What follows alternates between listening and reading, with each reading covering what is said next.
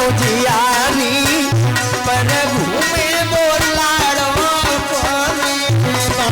चंद्र में बिहारी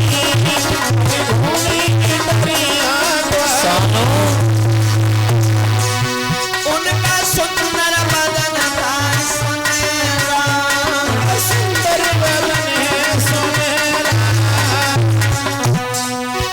चमके चंद्रमा सा चेहरा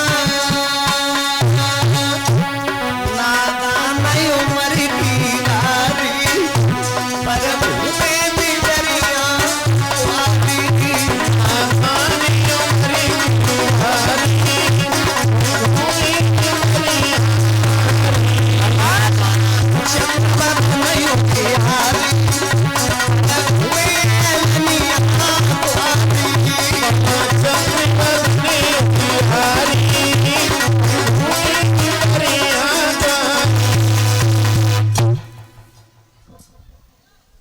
और ये 1100 मुद्राएं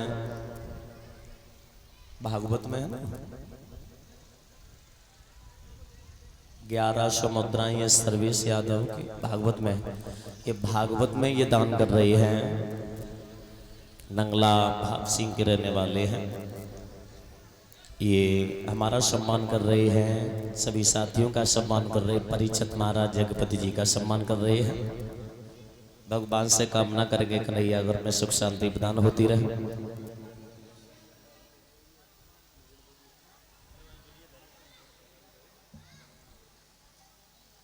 बोली गोविंद भगवान की। श्रीमद् भागवत महापुराण की। जब अस्थि प्राप्ति नाम सुना है मगध देश के रहने वाले जरासंध का, कंस चला मगध देश में पहुंच गया। जवाब दिया महाराज, अरे हमने ये सुना है तुम्हारे 2 जवान लड़की हैं। सही सुना है। शादी के योग्य हैं। शादी योग्य हैं। बहुत सुंदर हैं। बहुत सुंदर हैं। तुम शादी भी करना चाहते हो? जब सुंदर लड़की हैं तो शादी तो करेंगे। कोई कहने की बात? हम तुम्हारी बेटियों के साथ में शादी करने के लिए आए हैं। तुम करोगे शादी? हाँ। ऐसे थोड़ी शादी होगी, मुंह उठा के चले आए शादी। फिर कैसे होगी? हमारी एक शर्त है। क्या शर्त है? हमारे पास में कुबिलिया पीड़ नाम का हाथी है। कुबिलिया? हाँ हाँ। उस हाथी में 60,000 हाथियों का बल है। बल है। उस हाथी से आपको युद्ध करना पड़ेगा। युद्ध करना होगा। युद्ध में तुम जीत गए, शादी पक्की। मारे गए तो तुम जानो। अच्छा। हाँ शर्त है हमारी, तब शादी करेंगे बेटियों की। अच्छा बिल्कुल। तो हो जान दे। ढीलो दे ढील। इधर से कंस, इधर से हाथी। भागा हुआ क्या और फिर होना भी क्या था ऐलाने। खुश रहो।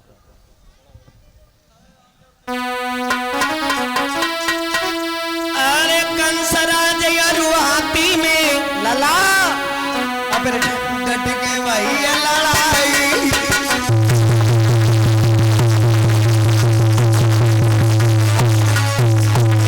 कंसराज यारू हाथी में डट के वही लड़ाई। एक से एक बलवान रे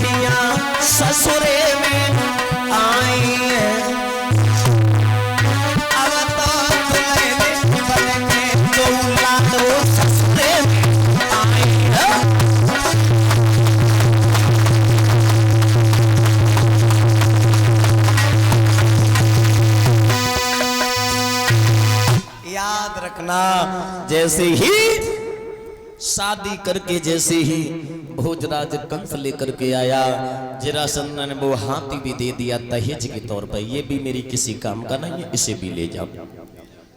और दादा ये टीटू के दोस्त गुड्डू भाई, आलोक, विकास, पंकज, ये हमारा सम्मान जो कर रहे हैं, ये नगला गोपाल के रहने वाले हैं, सभी साथियों का भी सम्मान कर रहे हैं, परीक्षित महाराज जगपति जी का भी सम्मान कर रहे हैं सभी भाई। बोलिए गोविंद भगवान की, संत भगवान की।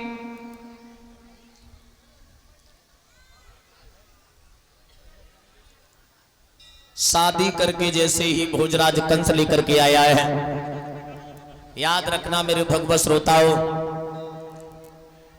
गद्दी पर बैठा है, एक समय की बात है, इसके मन में एक विचार आ गया, हमारी बहन है शादी के योग्य, हमारे चाचा हैं देवक, देवक की जो लड़की है देवकी, उसकी शादी भी करनी है।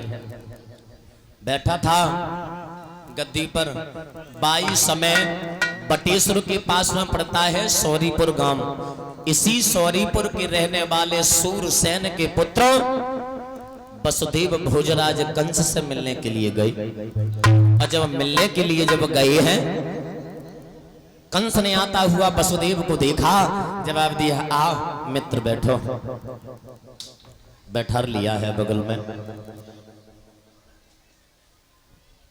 और बैठाने के बाद में याद रखना मेरे भगवत श्रोताओं,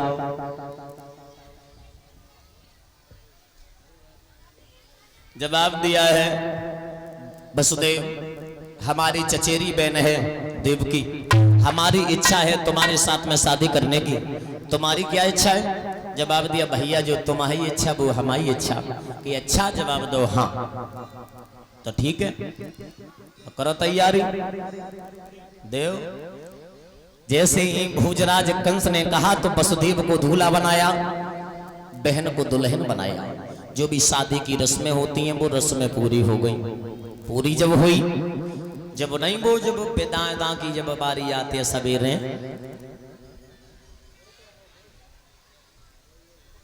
तब की बात बताए रहे।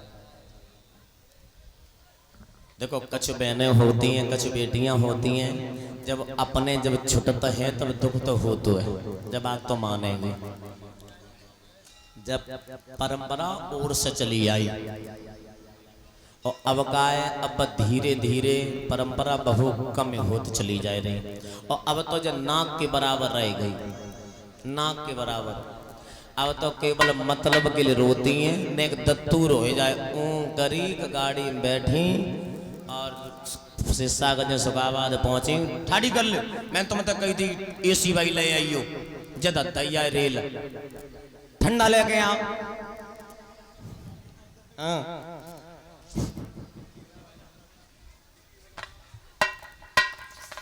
लल्ला पर लेकिन तब बहन कैसे फूट फूट के रोई। देखो हकीकत बात है, भैया और बहन का दुख होता है जब छुटता है, माँ बाप का दुख होता है, परिवार का दुख होता है। जवाब दिया है भैया